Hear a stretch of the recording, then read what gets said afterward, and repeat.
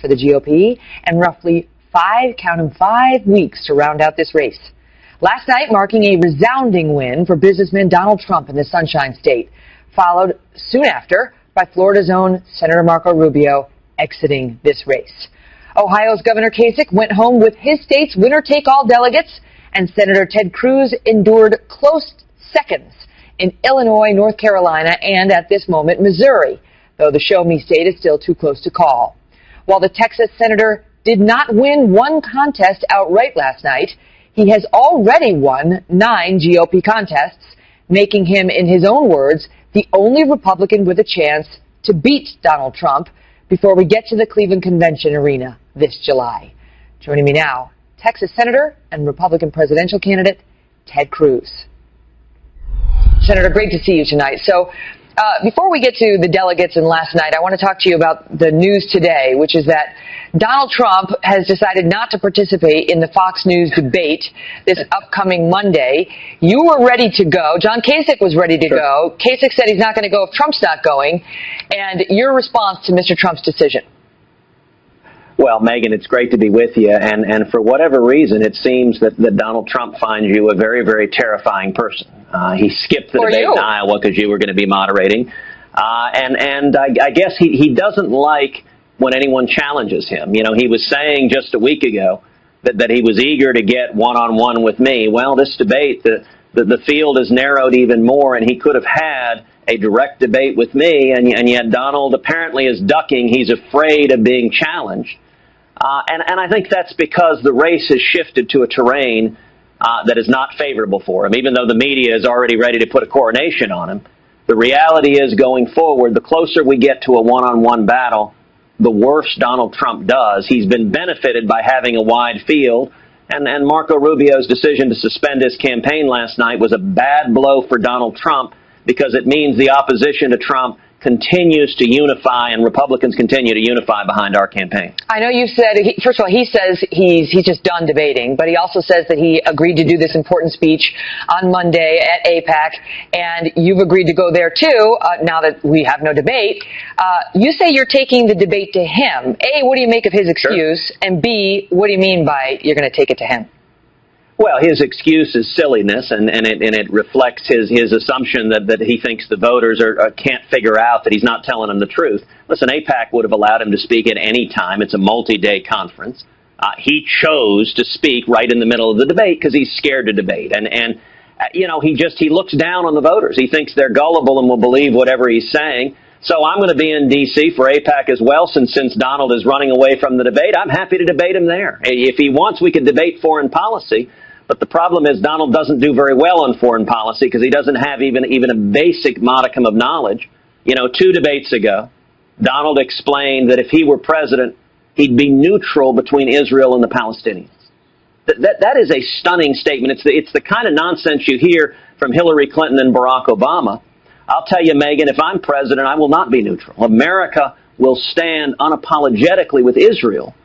And it says something about Donald Trump. If he can't tell the difference between our friends and allies, if he can't tell the difference between Israel and Islamic terrorists who want to murder us, that raises real questions about his fitness and his judgment to be commander-in-chief. And so I'm happy to debate him in Utah, where the debate was supposed to happen, or D.C., or anywhere else.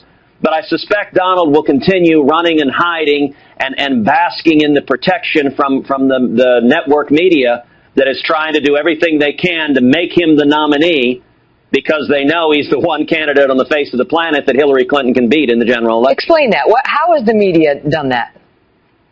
Well, the media has given him the equivalent of about $2 billion in free media. If you turn on the television at any given moment, it is a wall-to-wall infomercial.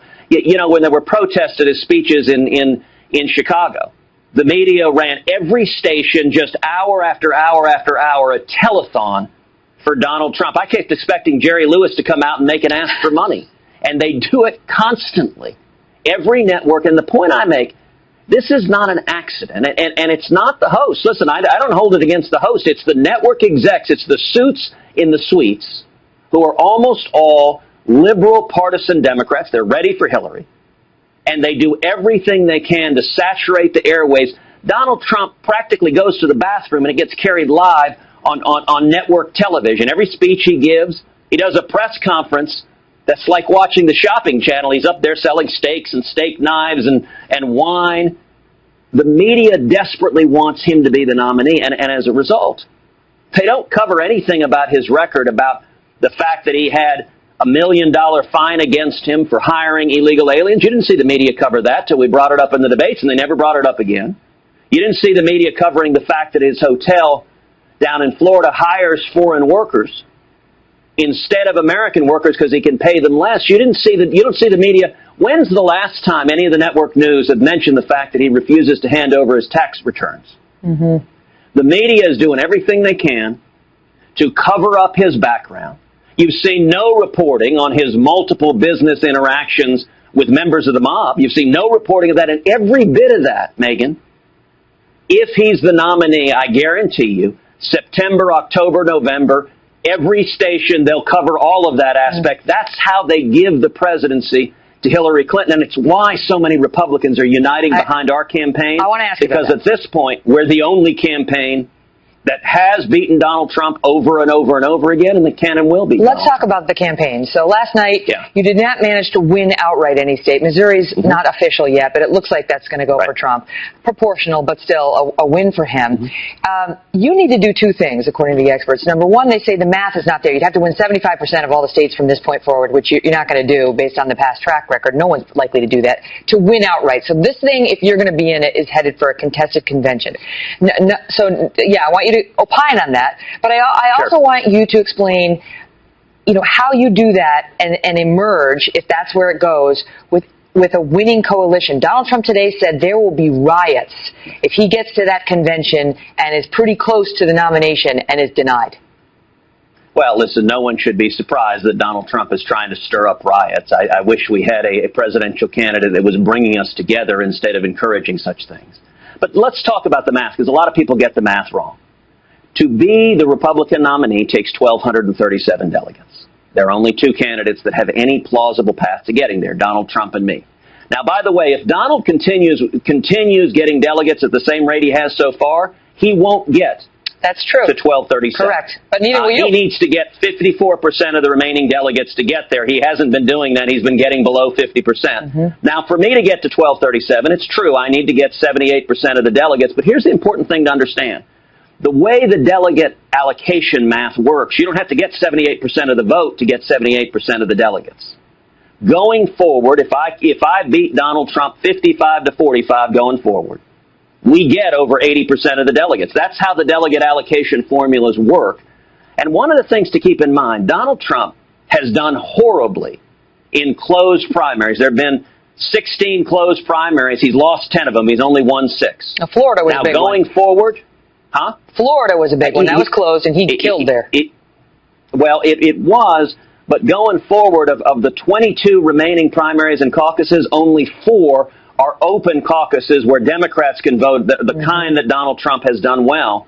But secondly, here's the important thing. Donald has a hard ceiling of maybe 35 to 40%. He can't go above that. He's proven over and over again. Head to head, not only do I beat Donald, but I beat Donald by double digits. The last polling that came out had me beating him by 13 points. And what was critical about last night is Marco Rubio's decision to suspend this campaign. Marco is a good and talented man. He ran a remarkable campaign. And what we have been seeing all day today is Rubio supporters coming to us, unifying behind us, and we are welcoming Rubio supporters with open arms. That is very bad news for Donald Trump because he's got a hard ceiling at 40. He benefited from us being divided, but we're unifying now, and unified is looking very different than it looked just a couple of days ago. Senator, I got to run. It's great to see you, as always. Thank you, Megan. God bless.